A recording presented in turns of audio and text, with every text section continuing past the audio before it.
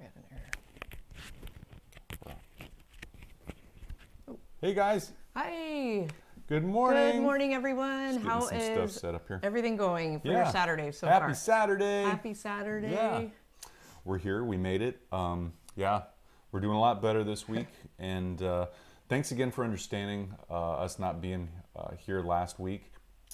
So yeah. I know, we had to take quite a few days off. It was totally, I'm still kind of going through this ear infection and yeah, so that's what we're also a little late this morning, so we're sorry about that. And that was, I'm taking credit for that. No, we had some things to get ready for everybody, for you guys here. So, you know, it just took a little bit more time than usual. So if you've ever had an ear infection, you know, you move a little slow, you kind of can't really hear out this ear. What? I know, so, you know. It's all good. Go with the flow. So, but, hey, happy Saturday, guys. Happy Saturday, you guys. We're Sean and Allison, if we haven't mentioned that. If you're here for the first time, thank you for joining us. And to all of you that are always here, and we're so thankful that you guys are here tuning in. Totally, yeah. So good morning. A lot of people are chiming in the chat. We've got, let's see, G from California is here. Sukwant Gardening Lover from India chimed in. Good morning. Hey, good morning, or good evening. I know, I think it's probably evening there. I know, we always automatically say good morning. But let's see, Stromy53 is here. Real Genie just said hello. Kim Matlock's here. Awesome. So, hey, guys. Really hope you guys are all doing well. We've missed you this past week. We really missed talking to you last Saturday as well. Yeah, that was, So we're here though. Here we are. We're doing stuff. It's Saturday morning. We're going to talk about gardening. Lots of different things to talk about today. We're super excited to go over to propagation. We're going to talk about propagating 3 specific plants. I know. I'm so excited. I know. And we're going to give you tips just in general for taking summer cuttings and then taking summer stem cuttings for Coleus, lavender, English lavender, and African daisies, osteospermums. So it's really good stuff. We're excited to do it and show you guys today. And we're going to be creating these new plants with you for our gardens. So, I mean, it's just, we're hitting a lot of different points today. I know. I cannot wait. I've been wanting to take more lavender cuttings. Oh, yeah. We have a project in mind, and we can share that with you a little later, so that'll be fun. Really, overall, you can never have enough lavender. I mean, really, it's just like zinnias or dahlias. Oh. You could never have too many. We have such a huge list of propagation coming up this like late summer and fall. Oh yeah, totally. So we're gonna make a ton of videos. We have a bunch of ideas. And we're working on, just to let you guys know, you might be interested. We're gonna come up with a free class on. I think we're working on. Is it Amphy? Amphy. Yeah. Amphy.com. AMPHY.com. We're gonna come up with a free class on plant propagation, an intro to that. And then we're going to keep moving forward with that. So we'll have more information on that as it becomes available. But we're starting to work on that. It's coming up in another month or two. I know, maybe. We're just getting it all together. We're going to have some different levels of. But there's been so much. Yeah, there's been so much interest in propagation from everybody here, from you guys, that we feel like we should keep running with it and go with it and see where it takes us. Well, it's something we love doing as well. We really started getting into it last year with kind of being under quarantine, you know, with the height of COVID and whatnot, and it just made us happy to just kind of experiment in our yard a little bit. And we were able to grow a lot of new plants, and we have so many tips to share with you guys. So. Yeah, and you know, and some of the things that are going on too is that when you take cuttings, you don't have to go spend money, and love that. You don't. Excuse me. Ooh, well. So you don't have to spend money, and then you don't have to be around all the people with all the weird variants going on and just, you know, feel uncomfortable and stuff. So, you know, there's some benefits to just taking cuttings overall anyway, but especially in these times. Yeah, I think that is important, but I really just love the fact that you can grow your garden from your existing plants and spread them around. And again, we'll talk a little bit later about one of our fun projects. I know, it is fun to think about. It's like you already enjoy the plants in your garden anyway, so why not just make more of them? Make more of them. I mean, it just it's like a no-brainer to me. But we were wondering, can you guys hear us okay today? Is our audio okay on your end? Because we have a couple notes here, so we just want to make sure that we are coming to you in a good volume. So please let us know. But yeah, we're going to move forward. We've got, we have something really fun coming up next month. We've been talking about this for a while with you guys. We have some awesome ideas from you, but we're running what we're calling the August Audience Challenge. Yep, we're challenging you guys to tell us what you want us to talk to you about on all of August Saturday lives. So you guys get to pick basically you want to hear about, what you want to learn about, what you want to talk about. And so, and the challenge is for you to get us those topics by the 31st. Is it 31st? Yeah, the 31st of this month, so we can then run a contest, and the 4 winners of those 4 different topics for the 4 different Saturdays will win. If your topic is picked, you'll win a couple different prizes. And we're going to present all those. I think we can present them not this week, but next week probably, to kind of show everybody what's, what they can anticipate, what they might win. And if your topic's picked, and we'll let you know ahead of time, but on air you get to pick, live here, you'll get to pick what you want out of all these prizes. You get to pick the one you want. I think we have a slide real quick just in case. Totally. So we wanted to say thank you we have some great entries from a lot of you, but Sharon, we have some great entries from G. Baldessano, we have some awesome entries from Rhonda Testa. So thank you. The rest of you, thank you for entering, and keep sending us your topics. You can see on the screen there, we've got, basically Sean just ran down everything we just said, and so that if you want to take a look or take a screenshot of that really quick.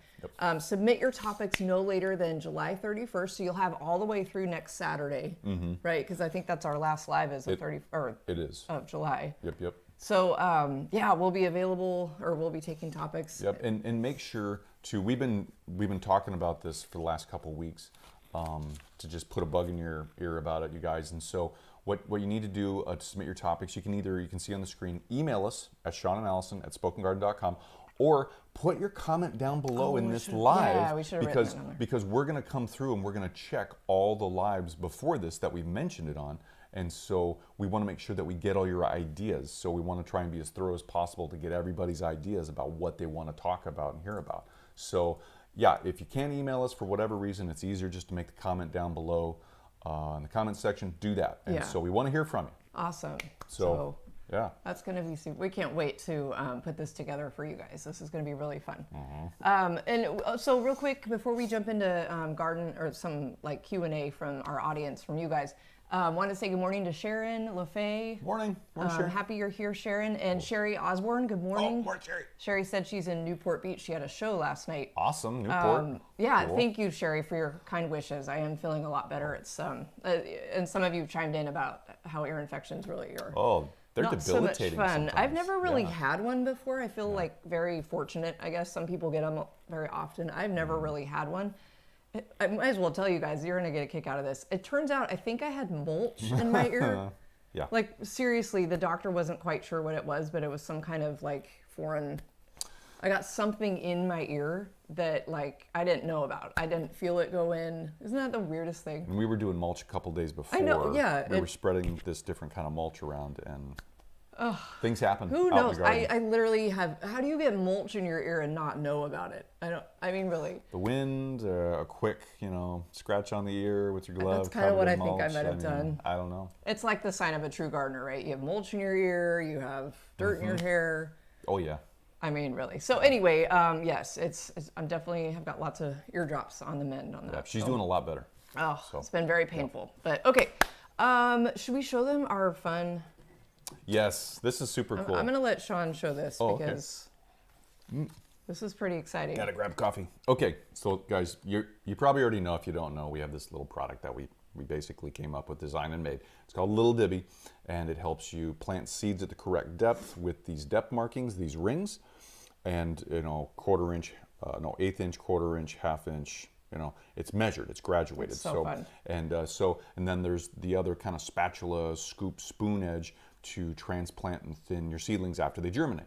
So there's that. This is super cool. Should have brought the orange one. We have a brand new color we just introduced, orange. Yes. Bright orange. Yes, bright orange. New color. Yeah. So along with this, we thought, would something bigger be more helpful? Makes sense. We don't know. We thought so. So we came up with the Dibby XL. And so this is something. It really makes sense to put it next to each Yeah, other. it's kind of big. So it's kind of a beefier version of the Little Dibby. So it's just bigger all around. I think this is going to be awesome. So yeah, I mean this works really well. Still works really well. But this for some of us that have a little bit larger hands, and can't really, this is okay. This is okay. But you know, this might be better. Well, you know what I'm excited about, other than it's bigger and it's all around better. I think this would be awesome for kids because, you know, those fine motor skills, dexterity, like for gripping and whatnot. I think this is going to be really fun for kids. So it's basically the same exact thing, except it's just bigger.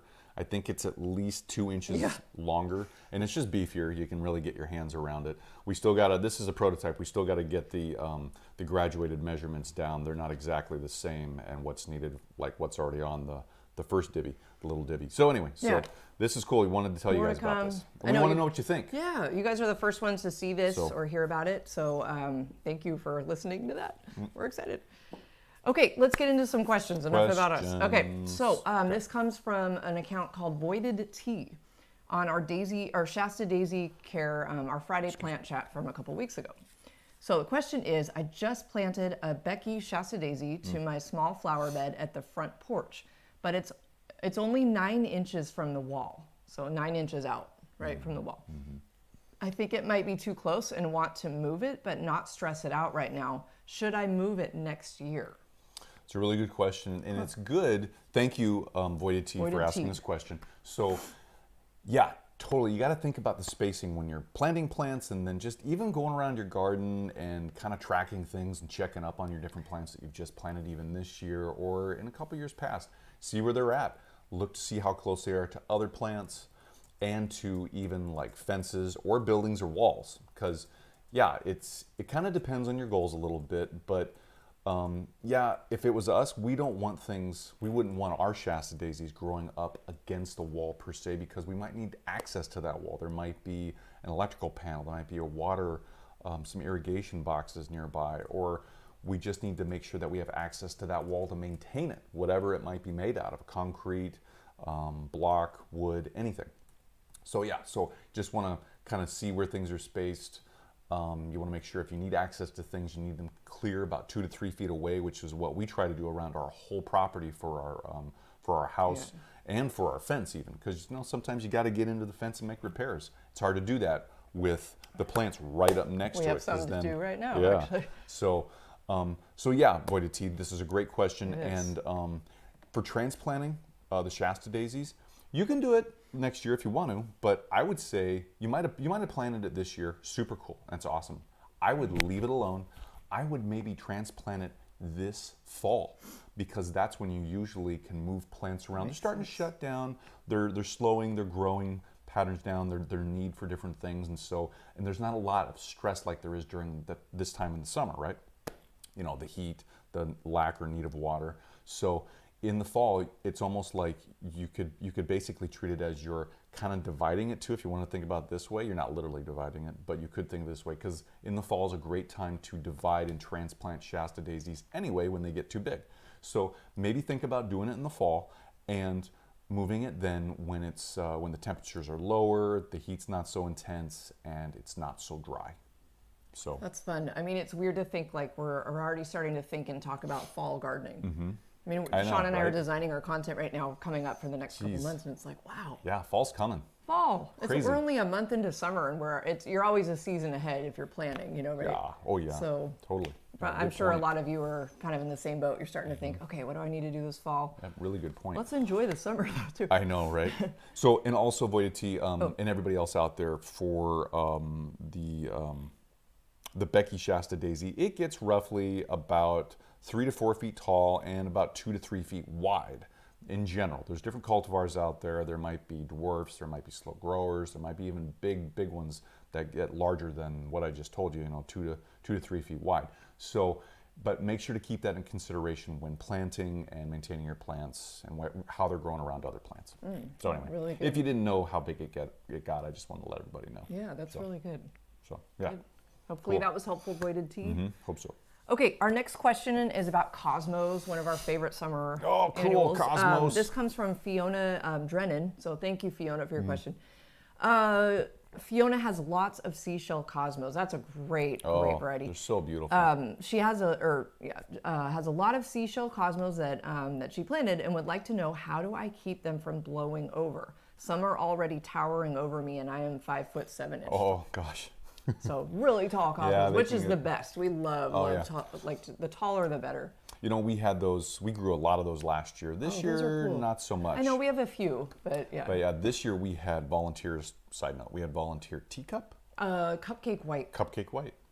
And tons of them. They're huge. And the stalks get that big at the end of the summer. Beautiful. Not even kidding you. Like 3 to 4 inches big stalks at the base of the plant, each one. That's a fun So Fiona, really good question. It happens a lot to a lot of gardeners out there, and not just cosmos, but zinnias and even asters to China asters. There's a lot of different plants that can basically grow up, and then the wind catches them or an animal catches them, and they just kind of plunk over because they're top heavy, right? They got a nice big bloom. They're beautiful. Well, a couple things you can do. You can basically stake them, and if you have them planted individually, you might have to stake them individually, which is just going to take some time. But yeah, just get a stake. Tie it off, keep that tie a little loose so it can move around still, and you don't girdle the plant. If you have a whole bunch of them together, this is really cool, and what we've actually noticed out in our garden over and over and over again, many years. If you plant a lot of them together, they kind of hold each other up. They're kind of this big mass, and they'll literally hold each other up. They're almost like they've staked each other. There's going to be some on the ends that kind of just flop over a little bit or grow a little funky, and they might be a little bit shorter because they're on the edge. But the ones in the middle, they just literally hold each other, and it's super cool to see. And it's beautiful. You have this big drift of cosmos or zinnias or whatever your plant of choice, and it's just, even if you kind of tuck them in between some other, like maybe taller, like even like a Shasta daisy or something that has a tighter structure, they can kind of become their own, almost like, hold. Sorry, I can't talk today. It's okay. They can hold them up. That's kind of what we've seen too. Yeah, it's really cool. So those are just some ideas. There's probably a lot more out there. You can use cages. Like some people even use like square or even round tomato cages, which is interesting in itself. It's kind of fun. Makes sense. And then there's also like hoop cages that they have 2 stands, and then there's this big hoop that both of these are connected to, and you can stick that in front of it to hold them up from flopping over, and then just twine, and there's a lot of different ways to do it. So hopefully that was helpful. But that's super cool. They're so big. I know, that's awesome. I mean, we love tall cosmos. In fact, we have quite a few seedlings that we didn't get in the ground soon enough, so they still have a lot of time to grow. So we're not super worried, but they're not at that point where we want them to be yet. We'd like them to be a little taller, a little broader, but they're going to get there probably by late August. Yeah. Totally. Be kind of a later bloom. And cosmos can bloom into fall. Yeah, we've had them bloom into fall before. Depending on your climate, of course. I think she's in North or South Carolina, something like that. I didn't write it down, but yeah, I think she's in one of the Carolinas. Okay, so you're probably going to have cosmos blooming for a while. Yeah, hope so. Yeah. Hope so. What zone is that? Is that close to, that's probably like a 9 or, I can't remember. It could be. I don't know. Let's see. Kim's in what, South Carolina? I'm sorry, I'm forgetting. Atlanta. My brain is not working. Georgia, so Atlanta. You'll have to let us know, Kim. I know we know this, but sorry. I know, sorry. Okay, so moving on to, we have a lot of plant questions. This is fun, like from plant chats. This comes from the English lavender plant chat from last year. Cool. It always makes me laugh because I think, gosh, what did we even say in that video? It was one, within some of our first range of videos. So, I know. Okay, so Jamie Gray, thank you for your question, asks, finally, this is more of a comment. This is kind of fun. Jamie Gray says, finally, someone makes the point that newly planted flowers need more water than established. Everyone gives plant care for established plants only. Yep, totally. And we do that. We've done that before too, like in our plant chats, and we talk about, it only needs, like Shasta daisies, it needs moderate watering. Well, yeah, but that's after, and even an English lavender plant. If you have a new plant that you're putting like a new perennial in, it's going to come back year after year after year. Those water requirements that we talk about and then a lot of other people talk about, those are when the plants are literally already established, they're healthy. This is for, it's for the long-term health of the plant. But when you put it in your garden for the first year or even 2 years, you got to give it more water. You got to kind of baby it. You got to monitor it because it's becoming established in its new home. You've literally plucked it out of its pot where you bought it or from somebody else's yard and placed it in some new soil in a totally new location that's probably going to be different from where it was grown before, and it's got to get its roots out there. It's got to get used to this new home, its new home. And to do that, you got to keep up the watering more so than you would just for, you know, any of the water, like we say, you know, moderate watering. Okay, that's fine. Or it's drought resistant, right? Like lavender's drought resistant. Well, yeah, but that's after it's gotten established. It needs to get established in the garden. So that means regular watering at regular intervals. It needs to be pruned properly, or not at all during its first couple years while it's being planted. I think the general rule of thumb in the landscape industry is after you plant any plant in the landscape, you're getting it established, you don't prune it. You don't shape it. You leave it alone. If it's got dead or dying tissue, then you prune that out, either at planting time or during its first year or two of establishment. But besides that, don't prune it.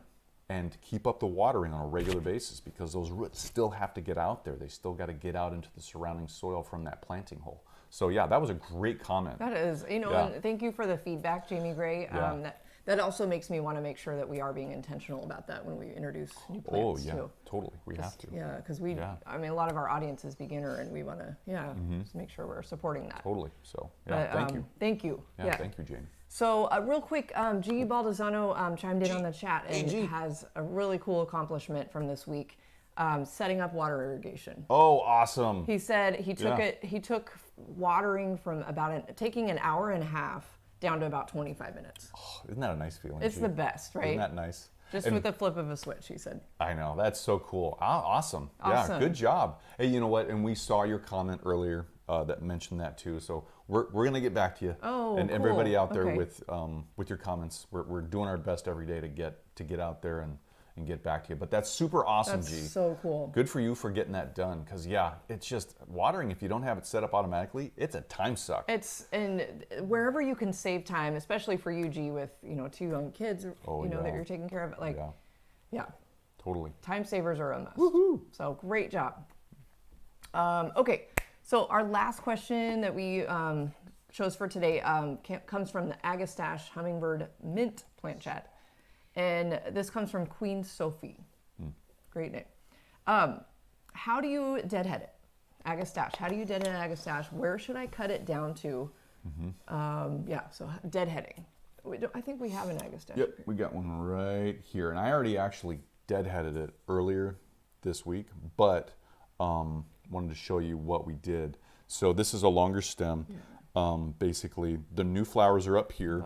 The old flower stem was right here. It was on here, and it was growing up to about here. It was this huge plume, and all the blooms on it had been spent. It was already done. It had already gone to seed. And we're like, oh, we got to get that off, because these guys were actually a lot smaller earlier this week, and they've grown up, this shoot and this shoot. So what I did was, and what you can do too, is find that bloom, like one of these, and go back to a point of attachment where you're going to have, especially on Agastache, it'll have these lateral branches coming off of it from the main stem. What you do is you go back and you find these first lateral branches that actually have the flower buds on them that are developing. And they might not actually have the buds developing on them either, but there's also that, but they will.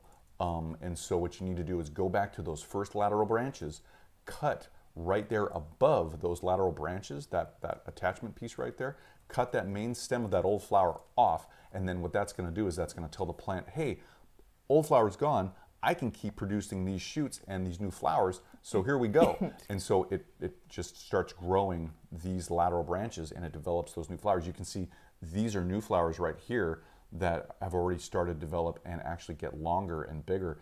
And so these are going to, if I would have kept this on the plant and not cut it to show you guys today, these would have developed into these guys right here. And yeah, it smells so good. Smells so good. Agastache, almost any Agastache smells so good.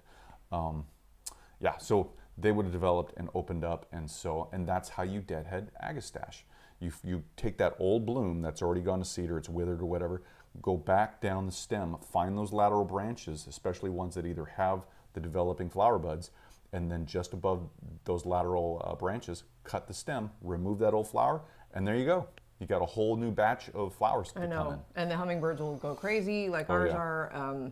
I love that ours are all reblooming right now already. We'll probably need to cut them back at one more time at some point this summer. Totally. This is a beautiful, Agastache Hummingbird Mint or Texas Hummingbird Mint. This is Texas Hummingbird Mint. Such a beautiful plant. Ooh, this, I believe, is called Kudos Ambrosia.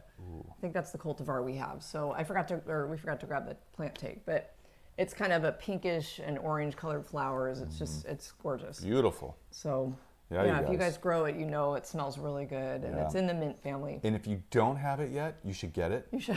You should. You should get it. Totally get it. Get it. Hey, cuttings. Cuttings? Yeah. You want to do cuttings of this? Yeah. Okay. Yeah, it'll probably be okay today. Adding to the list. Not for today, you guys, but coming soon. We'll try.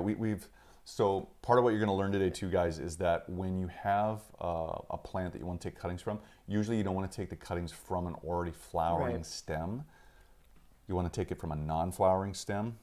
So what you can do to cheat the system is cut those flowers off, especially if they haven't gone to seed yet, or they haven't withered yet, the flower hasn't withered yet, and see if it works, if you can get away with it. I guess we'll try that. We've had some success both ways. I don't know. It is a little bit of a gamble, but so we'll try it. we can try it. Yeah, that's cool. Yeah. Good idea, honey. Yeah. Okay, real quick. A lot of people Kim was mentioning how much rain they have had this year. And I believe, again, I think it's North or South Carolina You're getting our rain. comes from. Kim said they've had cool. unseasonable, just crazy mild temperatures and like 10 inches of rain last month and about 10 inches this month so That's far. a lot of rain. That's more than that's a lot more. I know, it's a lot. She said Jesus. she hopes they're drying out this week and the temps are supposed to go up. Hey, so send your rain this way because it's really dry It's so out dry here, you guys. You think probably, I'm imagining, because we hear this all the time, like Pacific Northwest, you think of rain and a lot of fog, and we haven't had rain in over 2 months. Yeah, at least in our area. It's been so dry here. It's been so dry. So that's really scary for, again, forest fires we talked about a couple we've weeks got a lot ago, of them around us there's a lot. now. But so Kim, at least you got rain. She was saying she went from watering daily to not watering for like the past 2 weeks. Wow. Talk about a time saver, right? Jeez, yeah. Jeez. Oh, gosh. And then Andrea B, good morning. Oh, morning, Andrea said Andrea. she's running late, but she's here. It's all good. She's Thanks really for being excited about summer cuttings, which is coming up in just a minute here. So, Us too. We're really hey, excited happy too. Saturday to you too. Yeah, you guys, this is great. So that's questions.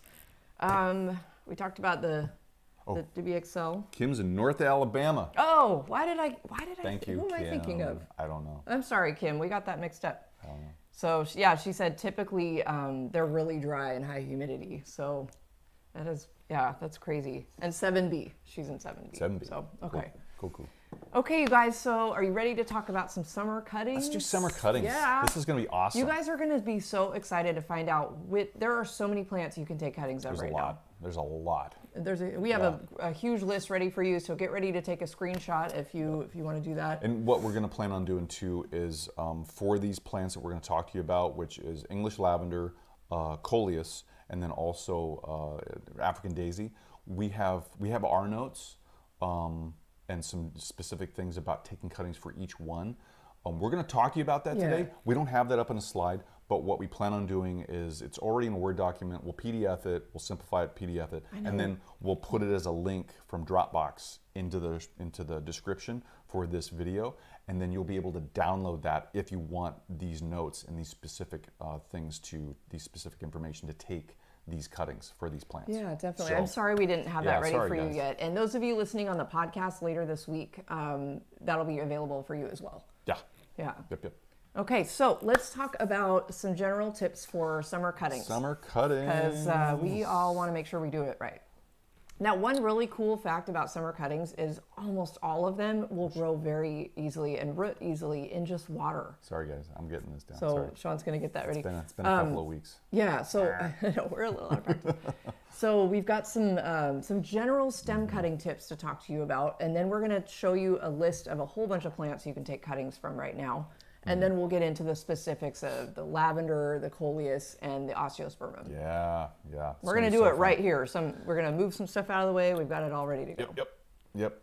Going to show you how to prep them and all that. Yeah. Cool. So guys, it's fun to think about taking cuttings in general because usually it's from plants that you either like or you already have and you want more of them, right? So to do it right, we got a couple of tips right here for you just to get you started and thinking about it and that type of thing. So really, the best time to take your cuttings is usually, it's summertime, so it's already warm. You don't have to worry about cold temperatures and damage and that type of thing.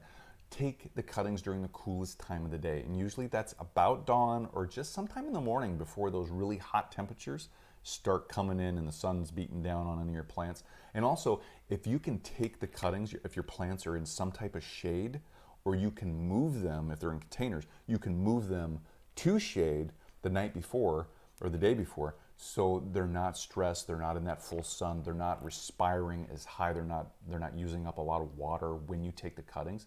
That's important because you want to have the plants, you want to make sure the plants and that tissue isn't stressed. And that comes down to heat stress, water stress, pest stress, anything like that, even nutrient stress. So you want to take it from also healthy tissue. You want to make sure that it's nice and green.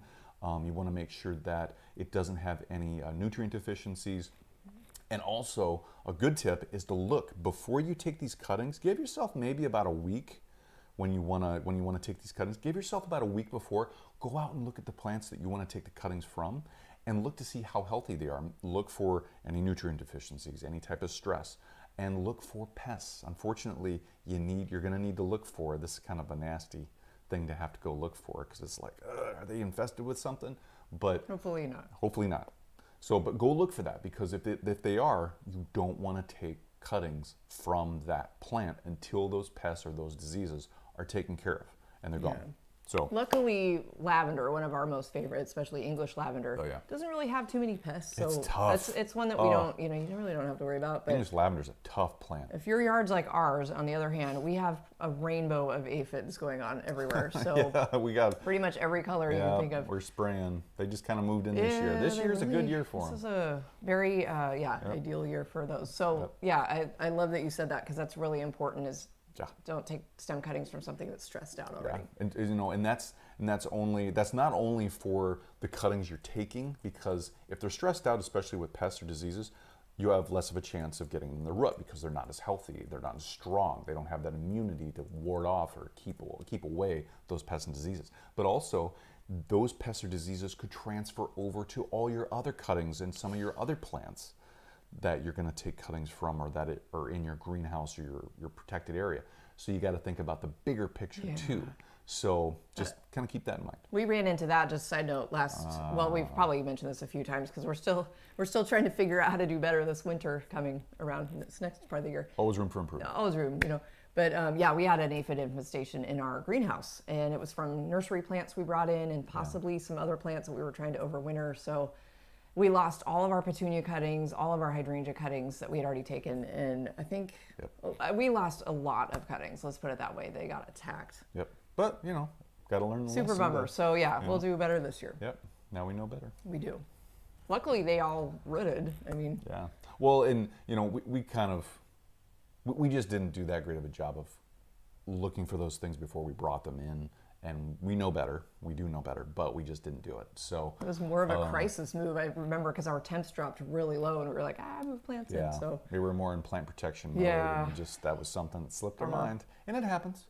It's all good. Mm-hmm. So, so for taking cuttings in the summer, let's see. Make sure your plants are healthy, not stressed. Like a week before or even a couple days before, keep up the watering on your plants, just get in there and super feel like you're just going to control it for the next couple of days. Any control freak type of mentality you might have, turn it on, because you want to make sure that they are super hydrated and they have all the moisture that they need. So don't overwater them, for sure, but make sure that they're being watered on a regular basis for their needs, so they're nice and healthy.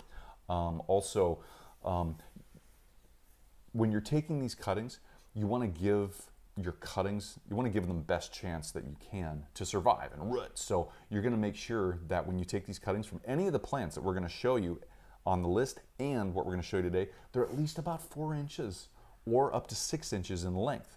And what this does is it makes sure that the plant has enough stem and leaf tissue to survive and actually start growing those roots to react to your cut and how you're going to treat them to grow those roots. If they don't have enough leaf tissue, if they don't have the carbohydrates built up in part of the stem and stuff, they're not going to be able to get those nutrients and things and do the photosynthesis to actually generate the energy to get those roots to grow, right? So that's why you want to do 4 to 6 inches.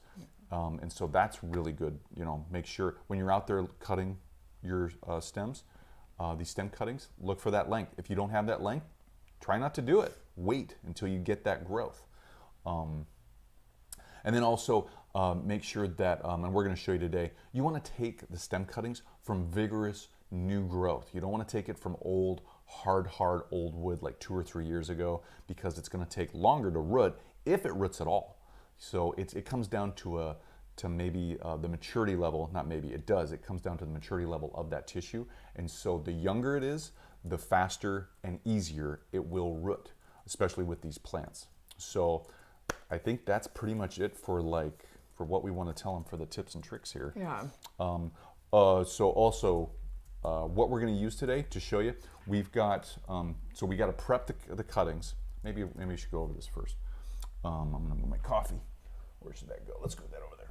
So you got to prep the cuttings. And so what you're going to need to do is you're going to need to have hand pruners or micro snips, because you're going to need to cut away some extra stem tissue and probably strip some leaves off. And the best way to do that is with these. So you're going to need these if you're going to take cuttings this summer. And also, some of these cuttings need root hormone, some of them don't. Yeah.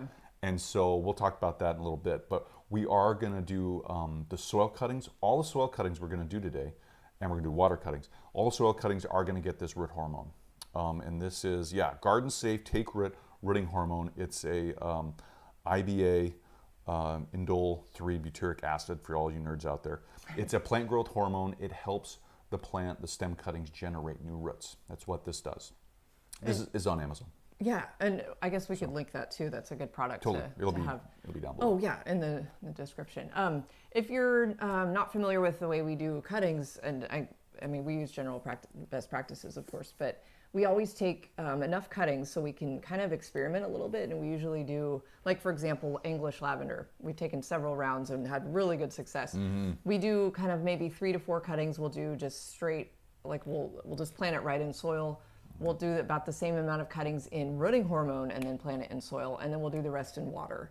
We usually have an equal amount for each medium, and we try to just kind of see which ones root, which ones do better, which ones are stronger. And we've noticed that, I mean, it's very, I don't know, they all kind of do really well in all the... Yeah, and different plants will react differently to that rooting hormone or no rooting hormone. It's just, sometimes it gets plant specific and sometimes it doesn't.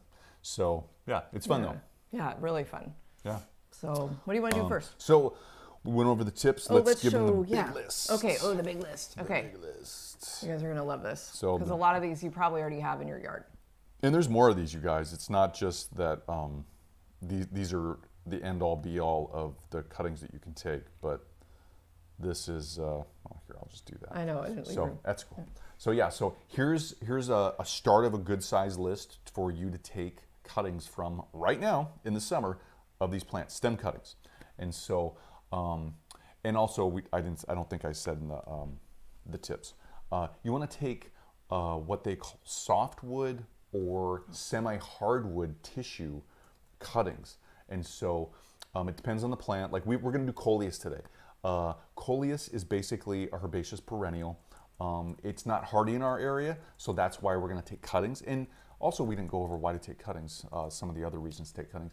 So one of the other reasons to take cuttings, for us in this Coleus, is we can't overwinter it here. It just, out in the landscape, it's not hardy. It'll die with all the freezing temperatures and cold that we get. So we're going to take cuttings of it, and we're going to create new plants to have out in our garden next year. Yeah. So that's another reason to take cuttings. So, but again, so for these guys, I mean, gosh, look at this list. It's huge. This is awesome. Mean, what is that, like 12? So we've got, at least 14 or more. So boxwoods, Buddleia, butterfly bush, Calibrachoa, which if you guys are like us, we have all different kinds of beautiful Calibrachoa. We probably should mention, you kind of need to be careful. Sometimes the plant tag might say propagation prohibited. Oh, yeah. And that's kind of a big thing. We haven't... on these tags. We're very careful with what we film and making sure that we don't violate any patent laws or whatnot. So if you're going to do those, just, I don't know. I don't want to say keep it on the down low or maybe just don't do it. Well, the responsible thing to do, you guys, just to not take is follow the direction of those tags. If it says propagation prohibited or there's a patent number on it, you're not supposed to legally propagate that plant. It's protected by law. You're not supposed to do that. So just Just going to say that. Yeah, right? just going to say that. Take that with however you want to use that information. But yeah. Yeah. So it's going to be on the plant tag. It'll be, usually it's on the back. It might be on the front, but usually it's on the back, even the small tags, but even on these big ones. It'll say somewhere on here, you know, propagation prohibited, or there's another phrase, now I can't think of it, but it basically says don't take cuttings. I think it's asexual propagation prohibited. There you go. Yeah. Yeah, so, but look at the tag, and if you're not sure, if you're still not sure, it might not say in the tag or not, Google it. It'll tell you pretty fast, you know. Or there might be a website to go to on the tag, so go there, check it out. So, because, you know, we want to be responsible. We want to be responsible. We want to make sure we're giving you responsible information, and as we're YouTube, you know, filmers, we are very careful about that on air. Yeah. So all the plants we're going to take cuttings of today are totally fine. So getting back to the list, sorry, off topic a little bit. So we left off with Calibrachoa. There's Coleus, hydrangea, lavender, both Spanish, English, what have you, osteospermums or African daisies. Which we're doing today. We are pelargoniums, which are your annual geraniums that you're used to. Petunias, rhodies, rosemary, roses, autumn joy sedum, which is coming up soon. We're going to make a video about that. Salvia and verbena. Cool. Not fun. That's I know, awesome. this is, and there's so many more, but this is just. And something you guys might know, you might not know, a couple things like verbena. It will, if you take one of the stems of your verbena, like on the outside of the plant, and just kind of bend it over, just nicely, lightly bend it over, cover up that stem with some soil, and keep it down there in the soil, it'll root. We've had that happen. We've had that happen a couple times. So there's a good chance it's going to root, and you can create a whole new plant. That's called layering, and that's a type of propagation. That's fun. Different from stem cuttings that we're going to show you today. So anyway, just a little tidbit there. So, but verbena is beautiful. Oh my gosh. So, okay. Go ahead. Yeah, I guess that's it. Next up. Kim just had a really good comment, and we totally agree with you in the chat. She's like, you know, I've heard they won't really, as long as you're not trying to resell things, you know, it's usually okay. So for propagating purposes. So yeah, just be careful. That's all we want to say. We don't want to send you all out there and take all these cuttings and do whatever with them. But you're right. If you're only using them for personal use, yeah, might be okay. But Sean's keeping quiet now. So moving on. Okay. I think we're ready to take some cuttings. I think so too. What should we do first? Should we do English lavender? Yes, let's do English lavender. We're gonna expand ourselves there, so because that is over and done be able with. To see, and I'll fix that. So I'm gonna cool. unwrap this. So what do we have here? So what we're gonna need now is, I'm not gonna move any of that. Let's get the dibbies out of here. Excuse me for a sec while I. Okay, guys, we're getting prepped here. We're getting ready to do our thing. Should we show? Oh, we already showed them what we have. Supplies that we need. Yes, and so. Sorry, you guys. English lavender's up first, and so what we're going to do, guys, is we're going to prep the cuttings first, all of them, and then what we'll do is we're going to use the root tone. We're going to dip the prepared cuttings in water, dip them in the root tone that we have here, and then plant them in the already wet prepared pots with soil in them. And it's just potting soil. That's what we're going to use. You can use sand. You can use seed starter. There's a couple different things you can use, but this is readily available to us, and it's a pretty versatile soil. We're pretty sure it's going to work really well. No, this will be awesome. We've already had success with it before. So, and then the other cuttings that we're going to do in water, we're basically going to take the prepped cuttings and put them directly in the water. That's done. That's it. So we're going to have. Oh, sorry. Go ahead. Well, we're going to have 3 cuttings then of each plant in soil, and then 3 in water. So we'll have 6 total. I know it's this is going to be great, and I don't know if we mentioned this yet, and I apologize if you did say this because I'm blaming my ear infection for everything today. So we're specifically growing more English lavender for a project that we're going to be working on, possibly this fall, but maybe next spring. We've been planning this for a while. Did we already talk about this? No, we did not. I know, I don't even remember. It's okay. We have a strip, kind of like right in the very front of our yard. It like parallels the street, and it's just this ugly strip of grass. We've just kind of left it there, and we've had this plan for a while to take all the grass out so we don't have to worry about that anymore, don't waste resources. Plant really drought tolerant eventually.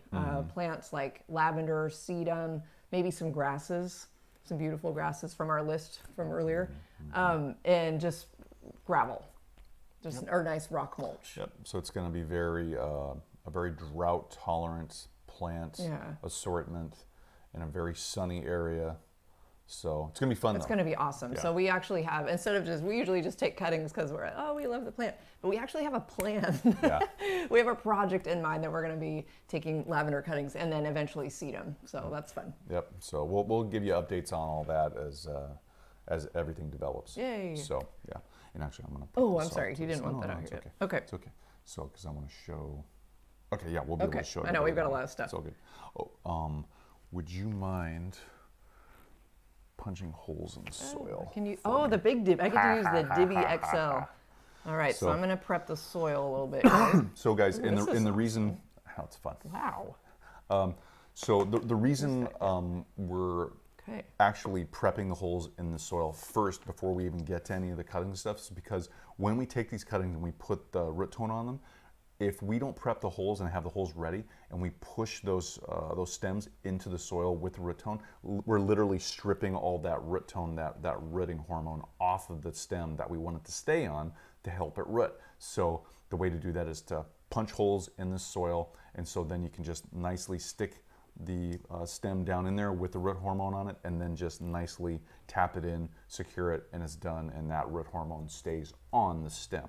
So awesome. Anyway, so that's why we did that. So okay, so lavender, English lavender. Let me smell. Oh, love it. Good stuff. This was hard to get cuttings of this morning because it was covered in bees. Yeah. It was a little hairy there. I had to be I move very deliberately and slowly today. So guys, so what you're going to do is you can use. I would encourage you to use either hand shears or these little micro snips, and a lot of different manufacturers out there with micro snips, but we like the Coronas. They're super easy. They're fun. They even come with a cover, so you don't poke yourself. Okay, so here is our first stem cutting. It's almost about 6 inches, really good. So you can see we've got all these different leaves on here, and you can also see that all of these have no flower on them, and that's good because we want this stem to not think it's flowering, because when plants do that part of that stem, it's thinking reproduction, reproduction, reproduction, and it goes down to a cellular level, and so it won't want, if you take a cutting with a flower on it, it's not going to want to root very easily because it's in reproduction mode. It's not in growth mode. So it's good to take these cuttings with no flower on them, so they're still in that growth mode, and they'll more easily root if they're not in that flowering reproductive mode. So That's so amazing. So, so guys, so lavender cuttings prepping.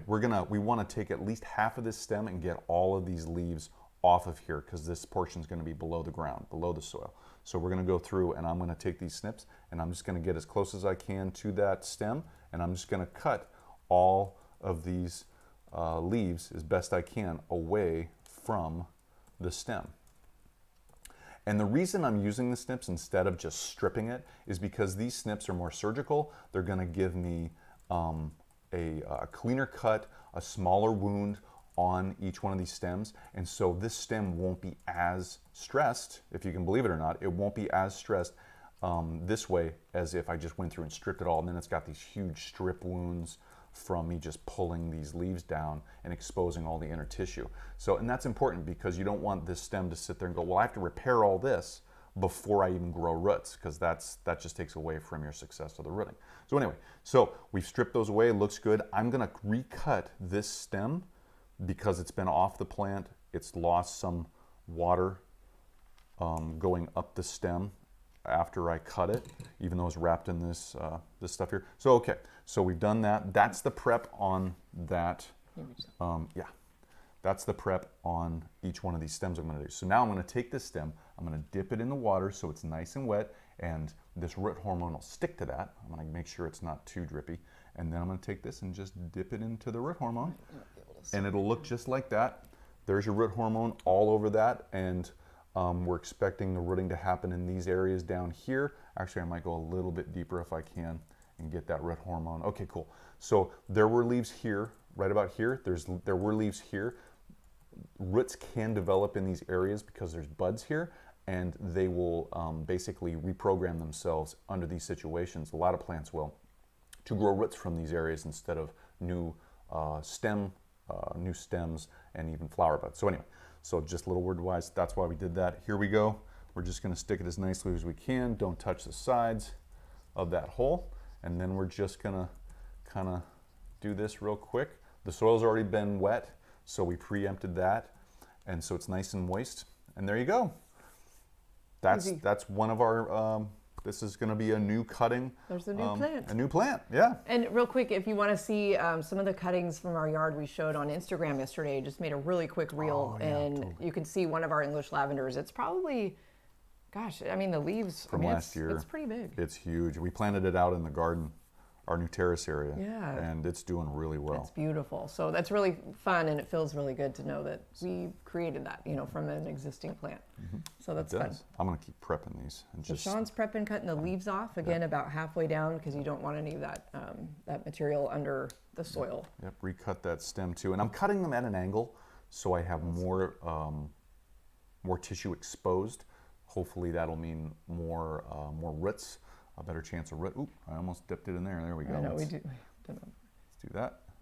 And then the root hormone. Please let us know if you guys have any questions in the chat while we're working on this. We're going to finish these up, and then we're going to show you the water cuttings as well. I can move these out of the way. Oh, thank you. Well, maybe we'll leave them there for a minute. Okay. Yep, yeah, so just drop in any questions you have in the chat, you guys, so we can help. Is there anything from the list we showed you of all the plants you can take cuttings from that you're hoping to take cuttings from this summer? That I would love. I know we'd both love to know. Totally. Let us know. So I'm gonna take. So our list, yeah, we definitely have Autumn's Joy Sedum. That's on our list. Oops. Moving too fast. All right. So Sean is prepping this guy. This is our last rooting hormone in soil cutting.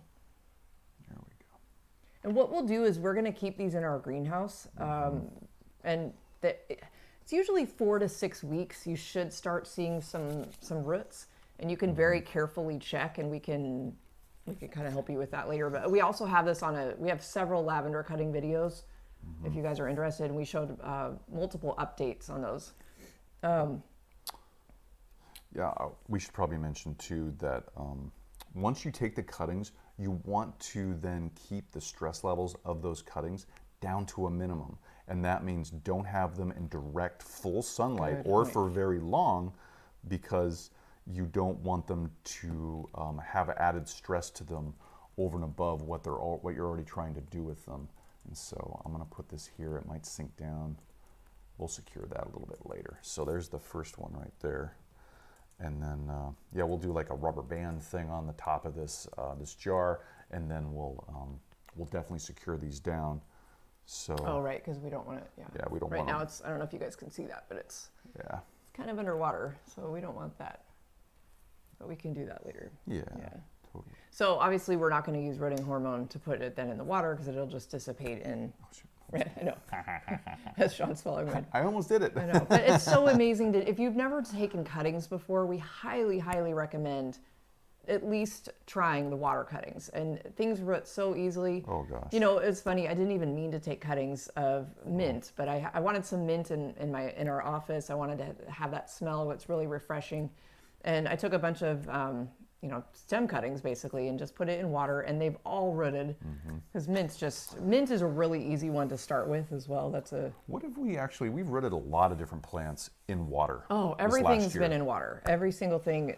So I can't think of a single cutting. I'll put these over here. Oh, okay, thank you. I can't think of any cuttings we tried that didn't root in water, actually. Right. I know. Maybe hydrangeas, but actually I think we did get roots in the water. We did get a couple roots on those. So that's a really fun one to try, you guys. Yep. Plus, you can watch them grow, and that's, even if you have kids like G, that would be really fun for you guys to be able to watch that.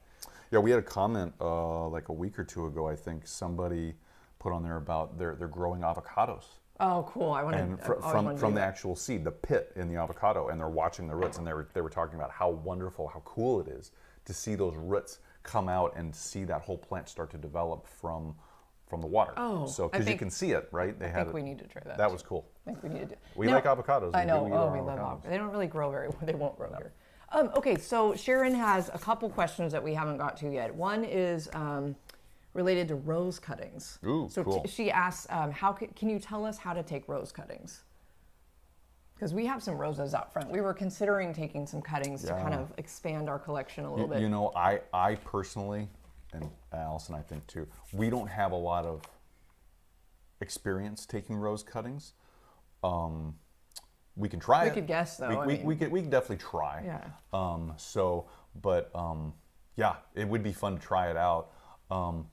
So what did she have a specific question? How to do it? How to do it.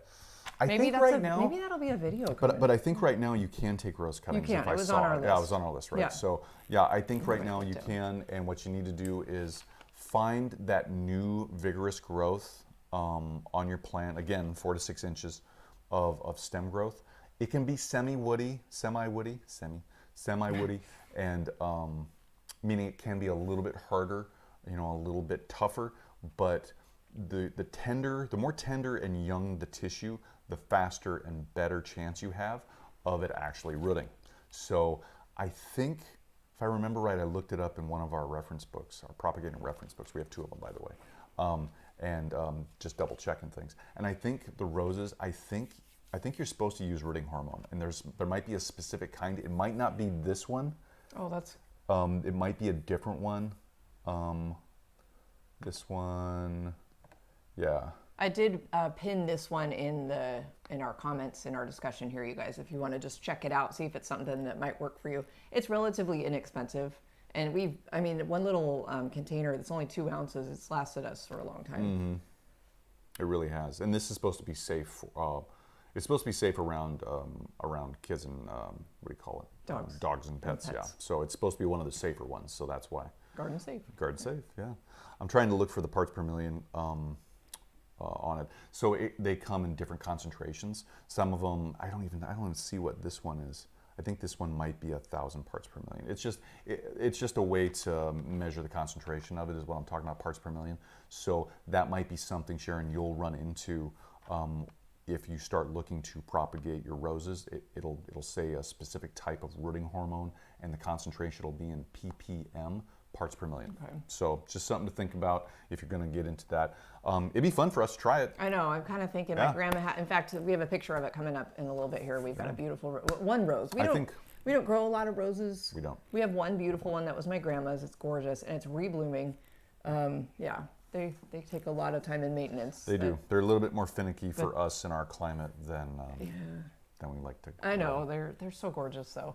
Now Sharon had an unrelated question that she asked a while ago, and I apologize that I didn't ask you. We were talking about irrigation in the chat. So a lot of irrigation stuff in the chat, and cool. Sharon mentioned that she accidentally punched a hole in one of her soaker hoses, and she's wondering, does she need to just chuck it and get a new one, or can she repair it? Kind of DIY it. G. Baldessano had a good idea he must have tried before. It's called Goof Plug, something you can find in the plumbing section at I like that. At home. That's funny. Hey, I made a goof. I know, Goof Plug. I was wondering, we've run into this before, and I feel like it depends on, I guess, how large your hole is, because sometimes you can repair it, but if you use any kind of tape, that's usually going to come off over time. Because of the water. Yeah, I mean, if you're looking at Sharon, Yeah, sure. Yeah, Sharon, if you're looking for a quick fix, what we've done is we'll either use duct tape or electrical tape. Yeah, use duct tape, like in a pinch, right? Yeah, if you're really in a pinch. MacGyver it. Yeah, and like if you don't have the part in it completely, or just you've cut almost all the way through, or even halfway through a pipe, and you're like, and you don't have the replacement part, and you can't find a replacement part or the section for it, duct tape will work in a fix, but you're gonna have to. That's just a temporary fix. Yeah, really temporary. You know, you'll need to permanently fix it later. What we've done with our soaker hoses is we've found tears from critters and use over the years. Real quick fix for the rest of the year. We electrical tape it. We just throw electrical tape over it, and that works for the rest of the year. Actually, there's another piece I got to go out there and do that too, but it works. And so, but you always need to make sure that you know that you're going to have to replace that section or that whole hose. I know, and luckily soaker hoses aren't very expensive, so it's like you can just kind of replace that if you need to. She said she's tried tape before, but it didn't work. Okay, yeah, because I was just going to say the tape will work up until the point where you have a certain amount of pressure, and if there's a lot of pressure in that hose, The tape, blow it off. Off, the tape will work for a while, and then it just stops working. It just blows off. So yeah. I'm sorry we didn't answer that earlier, Sharon. I guess I don't know. Your options might be try the goof plug. I've never heard of that. I've never used it before. It sounds good though. I know. Or just maybe replace the whole thing, which is kind of a pain. But there's ways to actually cut the broken piece off, and then what they have a coupler basically, and it's like a, I don't know. It kind of looks like, I'll put the top on this before I do this. It actually looks like this, and it has an open end here, an open end here, and basically you take the coupler. Some of them are pressure treated, so you just stick it in and it's done. Others you have to either thread them or goop them, use some type of cement, but you just stick it in one side, stick the other in on the other side, so much faster, and you're done. So maybe that's what the goof plug kind of simulates. Maybe it's some kind of, I don't know, but that's one way in plumbing to just take care of a broken piece or damaged pieces. Cut that piece out, use a coupler, and just pop it in, and you're done. But it also depends on the material you're using too. Try to match the coupler material, plastic material or whatever it is, to the material you're gonna connect it to. Well, and the size too. If you know the size, the width of your soaker hose, the diameter. Sorry. Yeah. You know, is it a quarter? Is it a half? 3/4. Yeah. So yeah. But yeah, make sure to match that material and the size. I think either way, Sharon, and we were mentioning this and laughing earlier, I think you might need to go to maybe a Home Depot or something, and then you might just have to look at some plants. I was just going to say. Right? Yeah. Darn it. That kind of happens. I know. Yeah. Darn. New plants for the yard. New plants. Who knew? Start thinking about fall containers. Oh, well, gosh. we've got a couple months for that. Okay, so we are going to take, let's do, what do we have here? Those are the African daisies, the Osteospermums. Those are next. You guys have seen these before in the last couple weeks. We had this pot up here. They're a dark burgundy kind of colored flower. They're really beautiful. It's called Margarita Rioja Red, I think. Is that the right Rioja one? Red. Okay. Yep.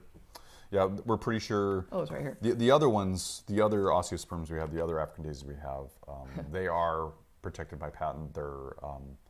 You're not supposed to propagate them. You're not supposed to take cuttings. Even though I really want to. It says it right on the tag on the bottom. So, so that's why we're not doing those. This one, it doesn't say that, so we're good. We think we're pretty much covered, so we're just going to do that. And so, but this is a beautiful one. I mean, if you can see, I don't know if you can see that color, but look at that color. Oh, that red, that gorgeous, deep, dark, yeah, it's just beautiful. I can't wait to have more of these. I also want to save seed from these. Try another way of propagating, just growing them from seed. That'd be fun. It'd be great. That'd be great. Yeah. So, again, we're going to treat these like the lavender, and we're going to prep these. And what we're going to do is we're going to take each stem. We've got 6 of them. 3 are going in the soil, 1, 2, 3, and then another one's going in one of these guys. What should we do? Let's use this one for that, for the water. And we'll use the big one for the Coleus, because the leaves will keep it up. See that right now. I'll get my DBXL. DBXL, prepping the holes. Andrea laughed and called us plant enablers when we were telling Sharon, darn it, she's just going to have to go buy more plants. That's right, plant enablers. G mentioned the same thing earlier. Unite. Go buy more plants. She wants to, it's always fun to go look. We want to encourage you to go buy more plants. I know, hey, gotta try new things. Let's put this away. Oh, okay. So I just stuck a hole in each one, so those are ready for Sean. Awesome, thank you. So we've got our stem. Again, we're going to treat it just like the lavender. We're going to prep this. We're going to take up to about here, at least halfway up the length of the stem, all of the leaves and any stems off of it, because we don't want those underneath the soil, because they'll basically rot underneath the soil, and that could lead to other things. And we need this stem clear. I didn't mention this before.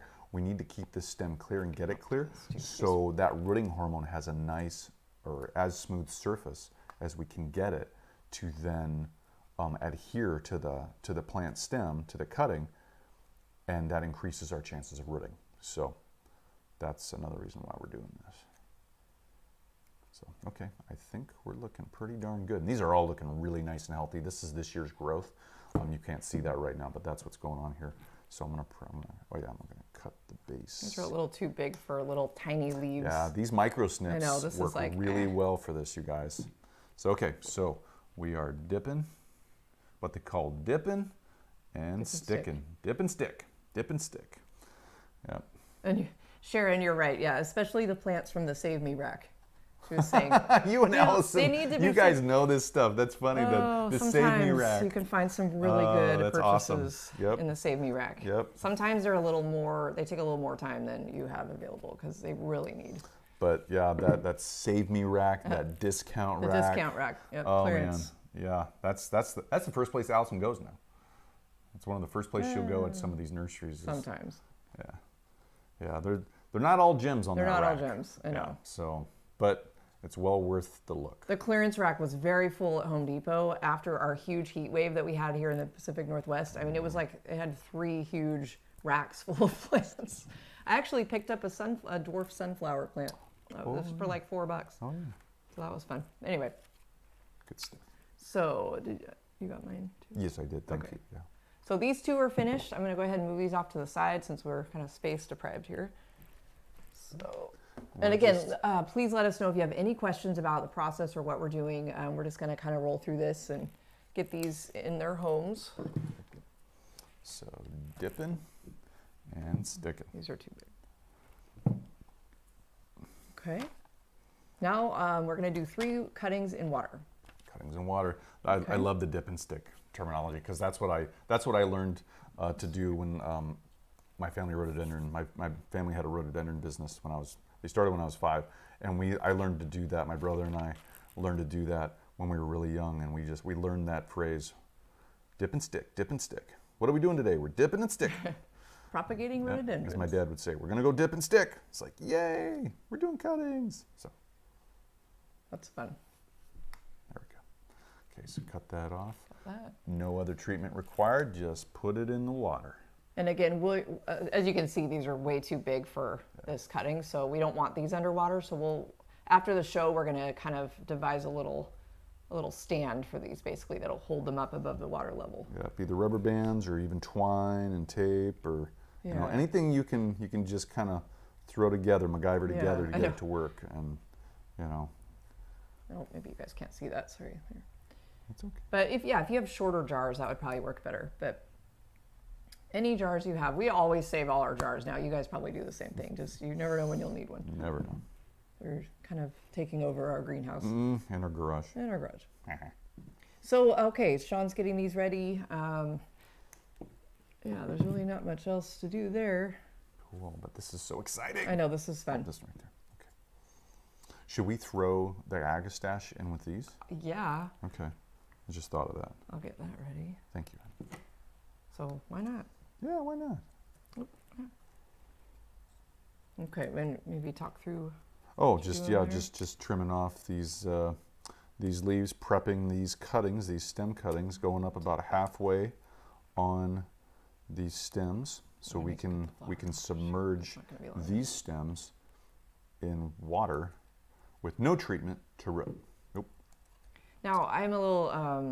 I don't think these Agastache are going to be quite long enough because I had to cut the flower off. That's okay. We kind of. I think we'll do this one a different time. Okay. Yeah. Different time. Okay. So there's our 3. All right. And we'll get those. I know. Smells good. Yeah, it does.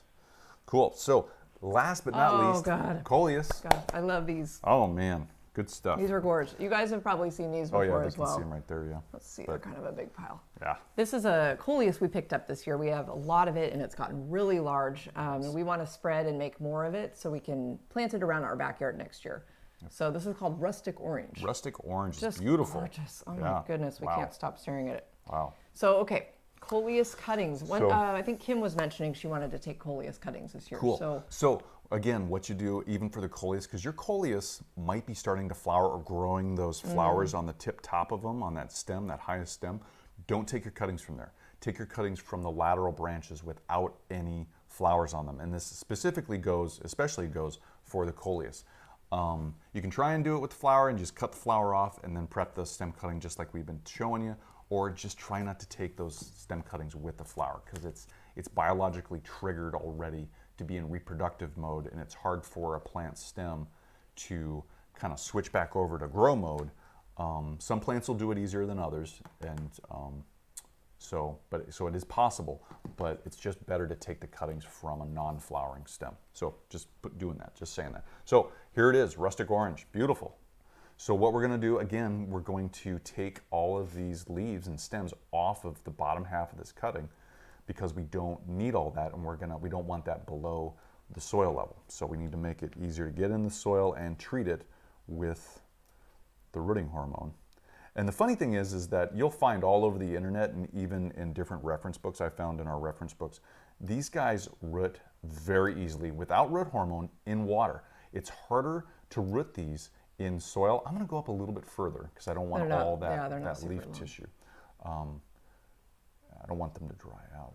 The other ones had very small leaves. This has very large leaves, so I don't want all this water to go up into the leaves and have all that to maintain and grow roots. So this is a little bit different. So what I'm going to do is I'm going to cut this down here.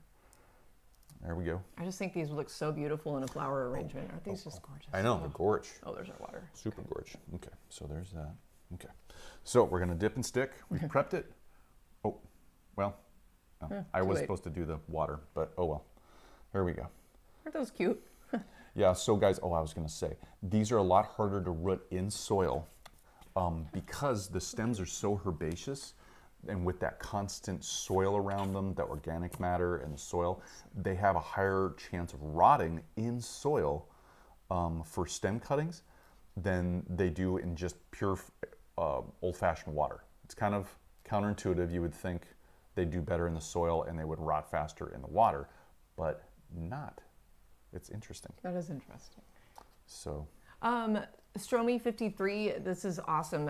Just commented that Stromy was really successful propagating salvia when following our videos in the quarantine series. Thank you. Thank you for letting us know. That's awesome. Super cool. And congratulations on being a new plant mom. Yep, you got new salvia, which is never a bad thing. Never a bad thing. What color is your salvia? I'd love to know. Yeah, is it hot lips? I know. Is it, is it cultivar too? Yeah, totally.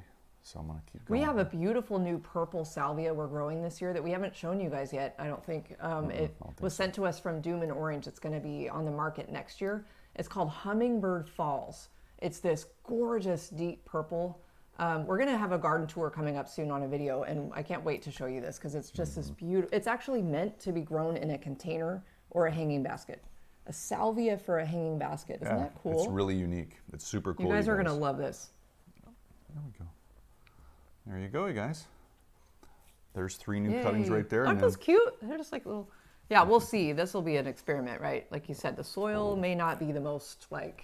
It's going to be hard because to maintain that soil moisture, you don't know what's going on underneath the soil, so you have to just always constantly, for cuttings, you have to check the soil moisture level, and it's hard to maintain a specific moisture level all the time, a consistent one.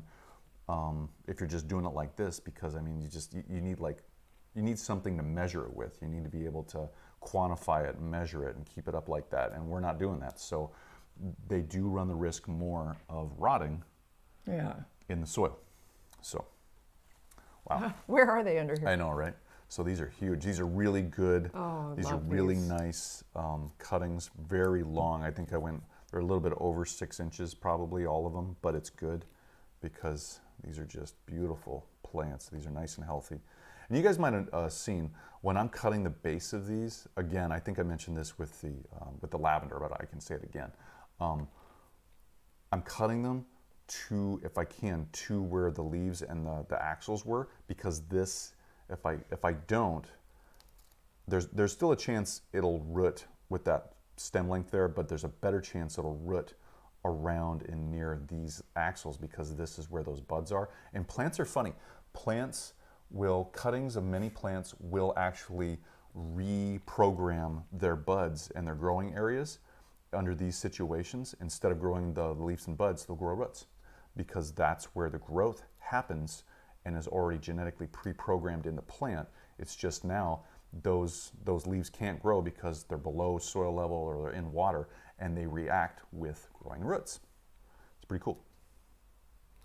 So, okay. And there we go.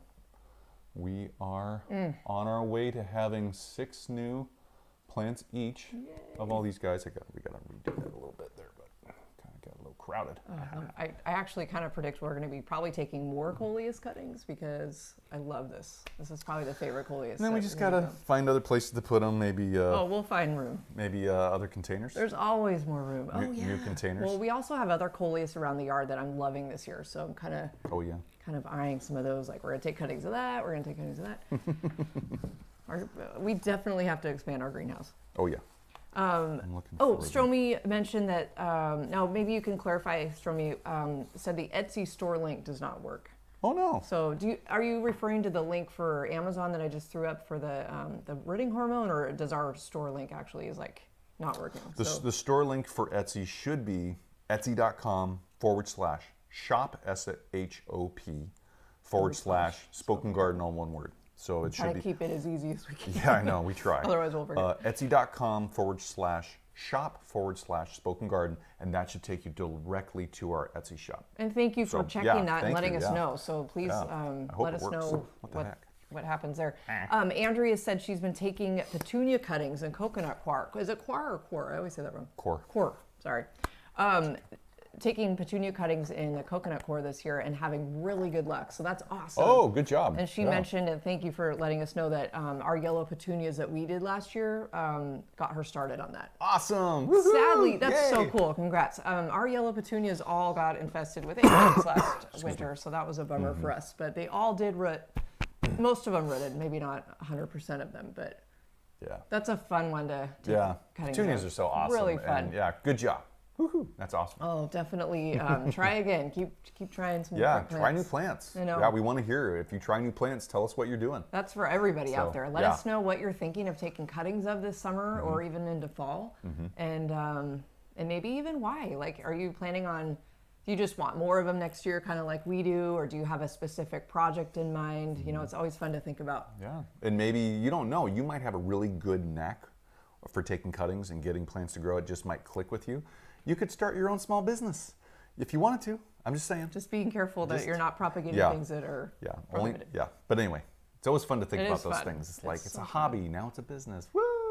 I know. Isn't that awesome? Sorry. So, Kim, thank you for letting us know. She said that was great info. She said she tried hers in potting soil, and she's wondering maybe that's why they might have died. So, and she's actually wondering, when is the best time to transfer them from water to potting soil? Great question. Really good question. Because like we got basically, that a lot we did. And so in other words, you're growing your cuttings, they've all rooted. When do you plant them and transfer them over? Because that's a whole nother process. Is transferring these from water, or transplanting from water to soil. And knowing when to is super huge. Yeah. So basically, when you see a lot of root growth down below, and it doesn't have to be super dense. It doesn't have to be, some people will tell you, so many inches long, you need 3 different roots coming out of it. And it's like, okay, you can get that specific if you want. It can be a little subjective. But for us, an inch or 2 or longer of root growth is always good. And multiple roots coming out would be great. You want to make sure that they're staying healthy and you are getting that root growth. You need to change the water at least once a week, if not every day. Some people say every day. I would say we forget to do every day. Yeah, we forget to do every day. So, and plants are super hardy and they adapt. So keeping that water, you don't want to go stagnant. So there you go. That's a good rule of thumb right there for the water. But change it out at least every week, if not every 3 or so days, I would say. If the plants are prone to rotting or any other types of diseases with water, double check some of the references on that, do your due diligence on the referencing. But we're probably going to change this probably every 3 or 4 days. Well, and maybe. There's visual signs to look for. If your water starts looking kind of murky, or there's some organic material floating around, go ahead and feel free to dump that out. Just dump it. Yeah, dump it out. And basically, I was going to mention really quick too, go ahead. and especially if any leaf material or anything starts, dropping off, which it might do, it might drop into the water and float around. You don't want that. Yeah. Or there's bugs or something in there, and they just basically just grab your cuttings really nice and gently, and then just pour the water out, and don't disturb the plants too much, and then just refill it with water. You're good to go. Yep, it's a real fast, simple process. It's just making time to do it. And we're so excited for you guys to try this, and it's so much fun and such a joy. I don't know if you guys get this thrill in the garden, but I'm kind of assuming you do. It's almost to me like any bulbs that you have planted anywhere. Once they start popping out of the ground, it's so exciting. You just go out there and check them every day, see how much taller they are. It's kind of the same with this. You're constantly, you're probably going to check them multiple times a day, look for roots. We definitely do that. So it's just a lot of fun. Yep. So and when you're checking your cuttings too, with the water or whatnot, look at the leaves, make sure, look for discoloration, look for any wrinkling or drying or anything like that. Good call. Look for any visual cues that there might be a problem. If there are, just move forward and do your best. Maybe do some research, or you can ask us. You can ask us about it. We'll let you know. Always feel free. Yeah.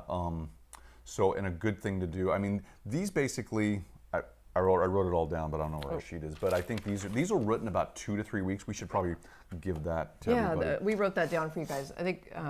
So for the Coleus, they'll written about 2 to 3 weeks in water. I mean, you're almost guaranteed to get them to root in water 2 to 3 weeks.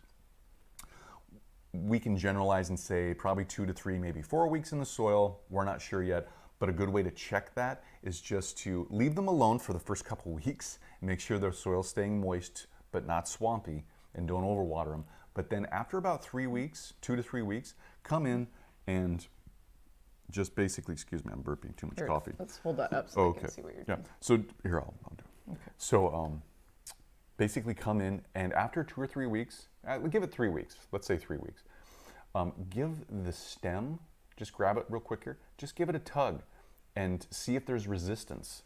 If there is resistance, any at all, then there's a really good chance that you've got rooting happening, and that's super awesome. Give it a couple more weeks. With the soil, it's a little tricky because you can literally see the roots happening in the water. With the soil, in the pot, you can't see anything, right? You can't see. So, you gotta dig around. With the Coleus, give it about 3 to 4 weeks. Check for that resistance. Give it maybe another week. I would anyway, and then keep up the watering and checking for health. Then pop it over. Take the pot off. Just slip it off if you can, and check to see if there's any roots growing that you can see.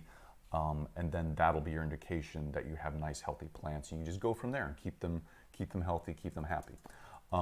With the, they're over there, that's why I'm pointing. With the African daisies, you want to make sure that you give them about 3 to 4 weeks before you start seeing them root, either in the water or in the soil.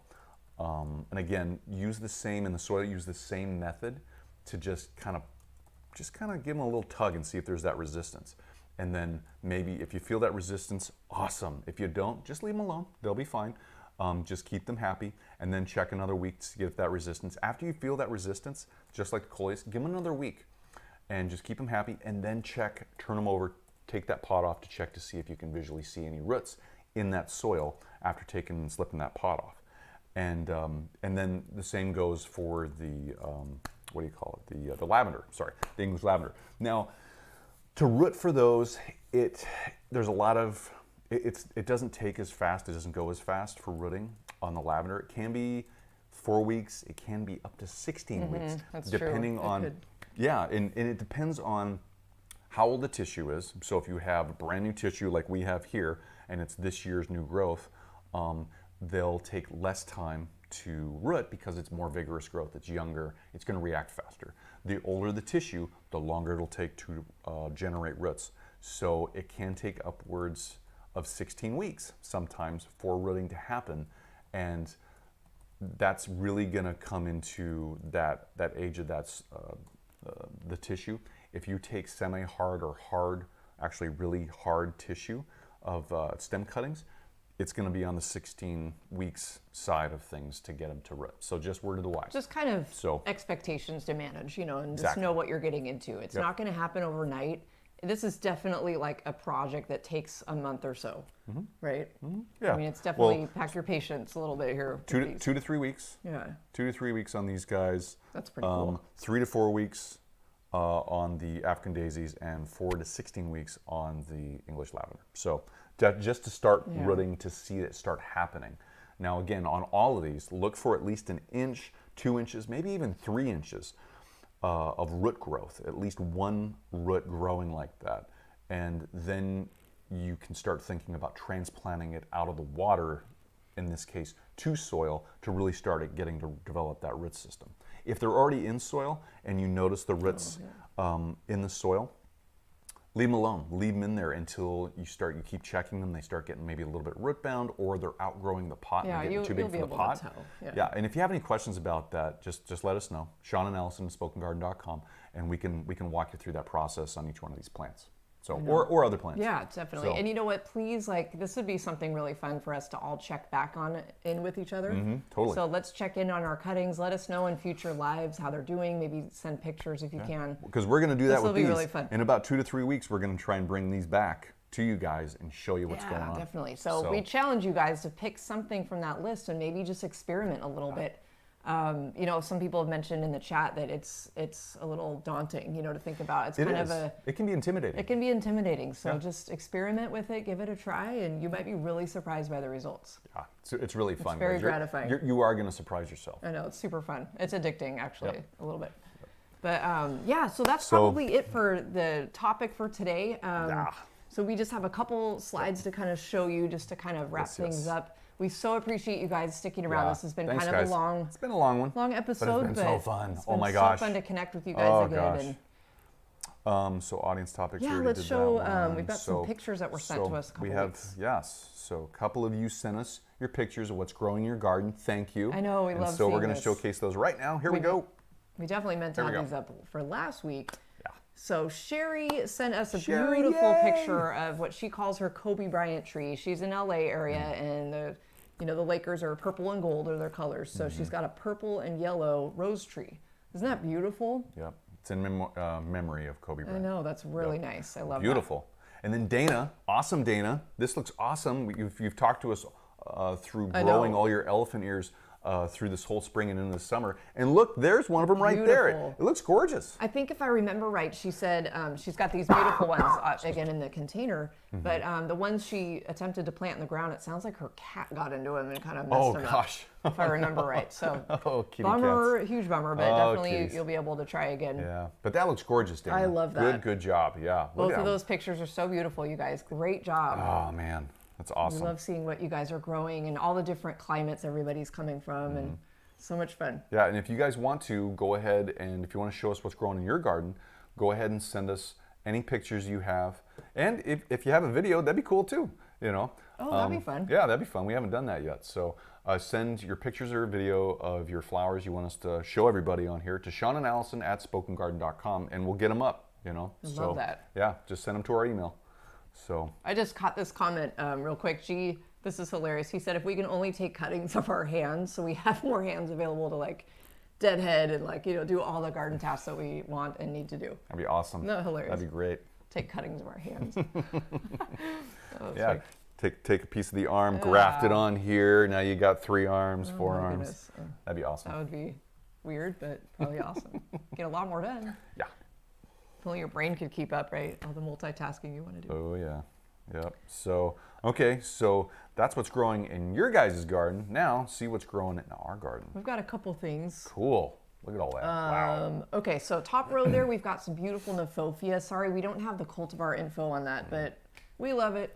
It's gorge. It's Nephophia. In the middle there, we've got a black-eyed Susan vine. Now, last year we grew a beautiful yellow black-eyed Susan vine, which is the typical color. They have a lot of other colors available. So this year we're trying out pink and orange. Unfortunately, our seeds did not do so well. So these are actually plant transplants that we have. Yep. Or seedlings or plugs or whatever you call them. Yep, these are from a local nursery. From our local nursery. So we're enjoying those. Oh, yeah. Upper right-hand corner, straw flowers. Just beautiful. This is our first year growing them, and we couldn't be happier with them. I love these. This one is Swiss Giants Blend. It looks unreal. It doesn't even. So cool. They look neon colored. They look so unique and beautiful. Neon, I mean, they literally do. They look like they're shining. They're glowing. I think they look like they have little mouths or something right in the middle. And we have a variety of colors from this blend. This came from botanical interest. So we grew these from seed, and like Sean said, we were just so super happy with these. Every time we walk outside, we have to go look at them and just see them because they're just so unique and beautiful. They're really, I know. Yep. Oh, and so now that lower left-hand corner, Cupcake White Cosmos.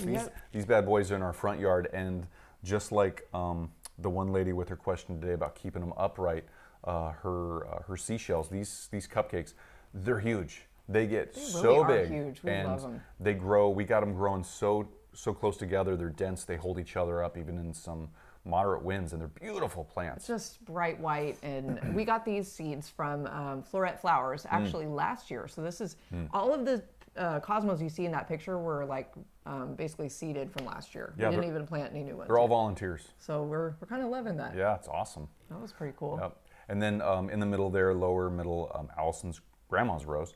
And that's the one we were just talking with you guys about. Oh, Sharon was asking about that. cuttings. So yeah, that's that one right there. And doesn't that look beautiful, you guys? Beautiful, just light, or not super light, but pink. You know, it's just It's a climbing rose. It's definitely a rebloomer too. We pruned it back and cut it back, and it flushed with new growth. Yep, it's gorgeous.